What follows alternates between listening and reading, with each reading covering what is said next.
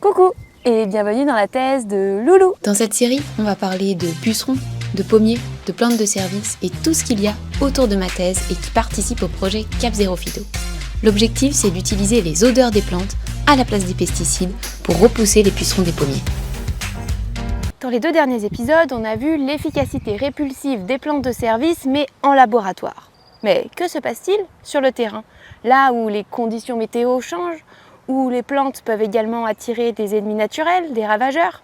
Comment savoir si finalement nos plantes de service, elles sont suffisamment répulsives pour repousser le puceron cendré? Eh bien, c'est ce que l'on va voir aujourd'hui dans ce tout nouvel épisode. Allez, c'est parti!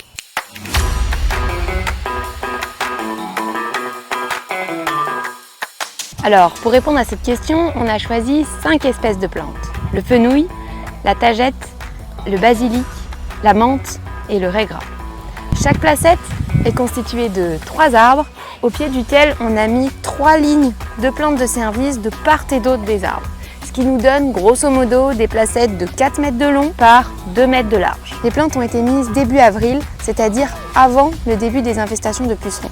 Et le but, c'est de les laisser durant toute la période d'infestation afin de voir si la présence des plantes de service permet de diminuer le nombre de pucerons ou non.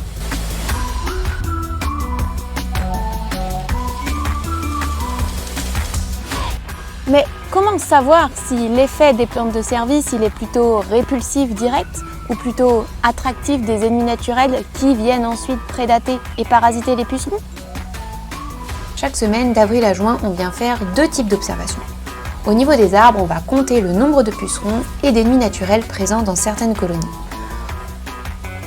Au niveau des plantes de service, on va regarder les insectes qui sont présents autour mais aussi sur les plantes.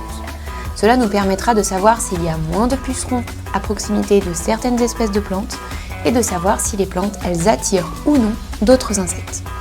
Enfin, grâce au système de cloche et de double pompe, on vient prélever les odeurs émises par les plantes.